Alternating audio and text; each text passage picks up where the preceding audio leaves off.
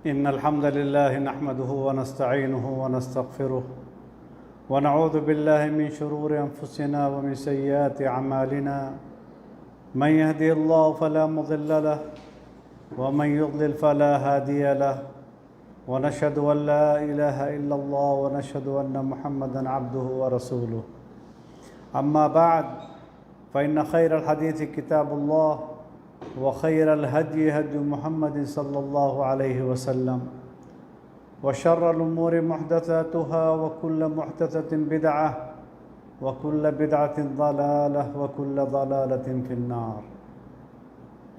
محترم بھائیوں، دوستو، آج کا جو موضوع ہے وہ ہے کہ تمیمہ یعنی تعویذ پہننا یا کوئی حلقہ کڑا وغیرہ پہننا اور اس میں نفع و نقصان کا اعتقاد کرنا، یہ کیسا ہے شریعت کے نظر میں۔ تو آج اس سلسلے میں کچھ حدیثیں آپ کے سامنے رکھی جا رہی ہیں جس سے آپ اندازہ لگا سکتے ہیں کہ آیا یہ چیز جائز ہے یا حرام ہے یا شرک ہے۔ اس سلسلے میں پہلی حدیث عمران بن حسین رضی اللہ عنہ سے مروی ہے۔ یہ اسلام لے آئے تھے خیبر کے سال۔ تو یہ کہتے ہیں کہ نبی کریم صلی اللہ علیہ وسلم نے ایک شخص کو دیکھا کہ اس کے ہاتھ میں کڑا ہے، اس کے ہاتھ میں کڑا پہنے ہوئے ہے۔ تو آپ نے پوچھا کہ ما ہذہ، یہ کڑا کس لیے پہن رکھا ہے؟ پہلے مقصد پوچھا، یہ نہیں کہ حکم لگایا، پہننے کا مقصد کیا ہے؟ تو اس شخص نے کہا من الواہنہ، کہا کہ کمزوری ہے تو اس لیے ہم اس کو پہنا ہے۔ واہنہ ایک بیماری ہے، ایک عرق میں بیماری ہو جاتی ہے، کہا کہ اس سلسلے میں اس کو پہن رکھا ہے کہ وہ بیماری دور ہو جائے۔ تو آپ غصہ ہو گئے اور کہتے ہیں کہ انزعھا فإنھا لا تزیدک الا وہنا، کہا کہ اس کو نکال کے پھینک دو، اس لیے کہ یہ تمہارے تکلیف کو، تمہاری کمزوری کو اور زیادہ کرے گا۔ اور اس کے بعد کیا کہا؟ کہا فإنک لو مت وہی علیک ما افلحت ابدا، کہا کہ اگر تمہاری موت اسی حالت میں ہو گئی اور یہ تمہارے جسم پر رہا، ما افلحت ابدا، تو تم کبھی کامیاب نہیں ہوگے۔ تو یہ کس نے پہن رکھا تھا؟ عمران بن حسین، یہ راوی ہیں، وہ یہی پہنے ہوئے تھے، مگر یہاں تعبیر کی کہ ایک شخص کو دیکھا تو یہی پہنے ہوئے تھے۔ کیوں؟ جاہلیت کے زمانے میں استعمال ہوتا تھا، اور یہ جب اسلام لے آئے تو جاہلیت کی کچھ چیز ان کے ہاں تھی تو اس کو انہوں نے پہن رکھا۔ تو نبی کریم صلی اللہ علیہ وسلم غصہ ہو گئے، کہا کہ اس کو نکال کے پھینک دو۔ نبی کریم صلی اللہ علیہ وسلم جلدی غصہ نہیں ہوتے تھے، مگر اس قسم کی چیز جب دیکھتے تھے تو غصہ ہو جاتے تھے، اس لیے کہ یہ اعمال شرکیہ ہیں۔ تو دیکھیے کہ مشرکین جو ہے تو یہ اسلام سے پہلے جاہل ہوتے تھے، اور اسی جہالت میں بہت سا ایسے کام کر جاتے تھے۔ تو جو لوگ نئے مسلمان ہوئے تھے، جہالت کی بعض چیزیں ان کے دماغ میں رچی بسی رہتی ہیں، اس لیے ایسا کر بیٹھے۔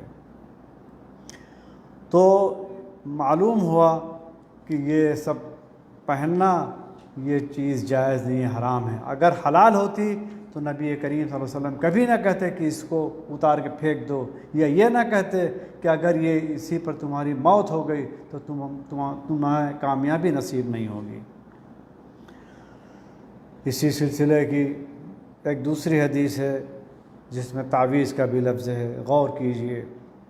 عقبہ ابن عامر رضی اللہ عنہ سے مروی ہے، وہ کہتے ہیں کہ نبی کریم صلی اللہ علیہ وسلم نے فرمایا من تعلق تمیمۃ فلا اتم اللہ لہ ومن تعلق ودعۃ فلا ودع اللہ لہ وفی روایہ من تعلق تمیمۃ فقد اشرک۔ عقبہ ابن عامر کہتے ہیں کہ نبی کریم صلی اللہ علیہ وسلم نے فرمایا کہ جس شخص نے تمیمہ تعویذ لٹکائی تمیمہ اپنے اوپر یا اپنے بچوں پر یا کسی رشتہ داروں پر لٹکایا، کہا فلا اتم اللہ لہ، تو اللہ تعالیٰ اس کے کام کو مکمل نہ کرے، یعنی یہ بد دعا ہے۔ میں نے جیسا کہ ابھی کہا کہ نبی کریم صلی اللہ علیہ وسلم کی عادت مبارکہ تھی کہ وہ بد دعا نہیں دیتے تھے، مگر یہ شرکیہ عمل ہے کہ نبی کریم صلی اللہ علیہ وسلم غصہ ہو گئے، آگ بگولا ہو گئے اور کہتے ہیں کہ فلا اتم اللہ، یہ کام پورا نہ ہو، جس مقصد کے لیے تم نے پہنا ہے وہ مقصد پورا نہ ہو۔ اسی طریقے سے کہا ومن تعلق ودعۃ، جو شخص ودعہ کہتے ہیں کہ یہ سمندر سے ایک نکالتے تھے سیپ کی مانند، تو یہ ان کا عقیدہ تھا جاہلیت میں کہ اس کو اگر پہنا دیا جائے بچوں کو یا باندھ دیا جائے تو اس سے نظر نہیں لگتی تھی۔ تو آپ نے فرمایا کہ جو شخص ودعہ کو لٹکائے یعنی یہ سیپ وغیرہ کی، تو آپ نے کہا فلا ودع اللہ لہ، تو اللہ تعالیٰ اس کو کبھی سکون نصیب نہ کرے، یعنی یہاں بھی بد دعا ہے۔ یعنی پہلی عبارت نے بھی کہا فلا اتم اللہ لہ، اللہ تعالیٰ اس کے کام کو مکمل نہ کرے، اور یہاں بھی کہا کہ اسے کبھی سکون نصیب نہ ہو۔ یعنی اس کا مطلب یہ ہے کہ اگر کوئی شخص تعویذ لٹکائے، تعویذ پہنے یا اپنے بازو پر باندھے، اسی طریقے سے سیپ وغیرہ یا اور کوئی چیز لٹکائے گردن میں یا بازو میں باندھے اور یہ عقیدہ رکھے، تو یہ عقیدہ شرک ہے۔ نفع و نقصان کا مالک صرف اور اللہ تعالیٰ ہی صرف ہے، اور کوئی نہیں ہے۔ اللہ تک کے علاوہ کسی کے اندر نفع و نقصان کی طاقت نہیں ہے۔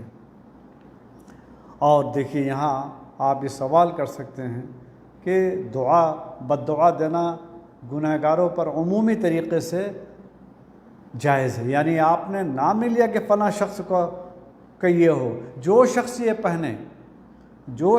پہنے اس کو بد دعا دیا، تو یہ اعلیٰ سبیل العموم ہوا۔ تو کہنے کا مقصد یہ ہے کہ صحابہ کرام جو کہ نبی کریم صلی اللہ علیہ وسلم کے ساتھ اٹھتے بیٹھتے تھے، ان کے ہاں بھی بعض جہالت موجود تھی، تو ہماری اور آپ کی کیا اوقات ہے؟ ہمارے اندر بھی بہت ساری خرابیاں ہیں، بہت سارے شرکی اعمال ہم سے سرزد ہو جاتے ہیں، مگر ہمیں متنبہ رہنا چاہیے، علماء سے رجوع کرنا چاہیے۔ اور اسی میں دوسرا حصہ جو حدیث کا بھی میں نے کہا کہ بعض روایت میں یہ ہے کہ من تعلق تمیمۃ فقط اشرک، جس نے تعویذ لٹکائی اس نے شرک کیا۔ بالکل صریح لفظ ہے کہ یہ شرک ہے، کیونکہ جب وہ تعویذ لٹکاتا ہے اس کا مطلب یہ ہے کہ نفع و نقصان کا مالک اسی کو سمجھتا ہے، حالانکہ نفع و نقصان کا مالک صرف اللہ تعالیٰ ہے اور اللہ تعالیٰ کے علاوہ کوئی نہیں، چاہے وہ فرشتے ہوں، چاہے وہ انبیاء ہوں، چاہے وہ اولیاء ہوں، چاہے وہ علماء و صلحاء ہوں، کسی کے اندر بھی یہ طاقت نہیں ہے۔ اور ایک آیت اس پڑھ کر آج کا درس ہم ختم کر دیتے ہیں۔ نبی کریم حذیفہ ابن یمان یہ نبی کریم صلی اللہ علیہ وسلم کے رازدار تھے، ان کو بہت ساری راز کی باتیں نبی کریم صلی اللہ علیہ وسلم کی معلوم ہوتی تھی۔ کہتے ہیں حذیفہ ابن یمان ایک مریض کی عیادت کرنے گئے، فوجد فی یدہ خیطا، اس کے ہاتھ میں، اس کے بازو میں ایک دھاگا تھا، تو کہا کہ اسے کس لیے پہن رکھا ہے؟ کہا کہ لدفع الحمى، بخار کی وجہ سے پہنا ہے کہ اس سے بخار زائل ہو جائے گا۔ تو حذیفہ رضی اللہ عنہ نے اس کو شرک سمجھا، اور شرک سمجھتے ہوئے یہ استدلال کیا، کہا کہ وما یؤمن اکثرهم باللہ الا وهم یشرکون، کہا کہ اکثر و بیشتر مومن یہ ایمان تو لاتے ہیں مگر ایمان کے ساتھ ساتھ ان کے ہاں مشرکانہ اعمال بھی ہوتے ہیں۔ تو اس سے مطلب یہ ہوا کہ بہت سے مومن، بہت سے مسلمان ایسے ہیں کہ اپنے ایمان کے ساتھ خلط ملط کر دیتے ہیں شرکی اعمال کو، جیسا کہ آج بھی بہت سارے ہمارے مسلمان بھائی ایسے ہیں کہ وہ اسلام لے آئے ہیں، مسلمان ہیں، مومن ہیں، مگر بہت سی چیزیں ان کے ہاں شرکیہ ہیں۔ تو اللہ تعالیٰ ہمیں ان شرکی اعمال سے دور رکھے۔ تو یہاں بھی دیکھیے حذیفہ رضی اللہ عنہ نے کہا کہ اس کو کاٹ دو، اس کو کاٹ کر پھینکو، اس لیے کہ شرک ہے۔ اس کا مطلب یہ ہے کہ اگر ہم منکر کو دیکھیں تو اگر ہاتھ سے مٹانے کی طاقت ہے تو ہم ہاتھ سے مٹائیں، اگر ہاتھ سے مٹانے کی طاقت نہ ہو تو زبان سے، اور زبان سے بھی طاقت نہ ہو تو دل سے اس کو برا مانیں۔ جس کا مطلب یہ ہے کہ یہ منکر، یہ شرکیات جب صحابہ کرام کے ہاں پایا گیا اور ان کے ہاں ان کو متنبہ کیا گیا تو ہمارے ہاں تو اور زیادہ احتمال ہے کہ ہمارے ہاں پایا جائے۔ تو اللہ تعالیٰ سے ہم دعا کرتے ہیں کہ اللہ تعالیٰ ہمیں صحیح معنی میں مسلمان، صحیح معنی میں موحد بنا، اور ہمیں فہم کی توفیق دے کہ ہم سمجھیں، ہمیں سمجھ دے کہ شرکی اعمال کیا ہیں اور شرک کیا ہے، توحید کیا ہے، اسے ہم سمجھنے کی کوشش کریں، اور اس طریقے سے ہم اپنے توحید کو، اپنے ایمان کو ہم محفوظ رکھ سکتے ہیں۔ وآخر دعوانا ان الحمد للہ رب العالمین۔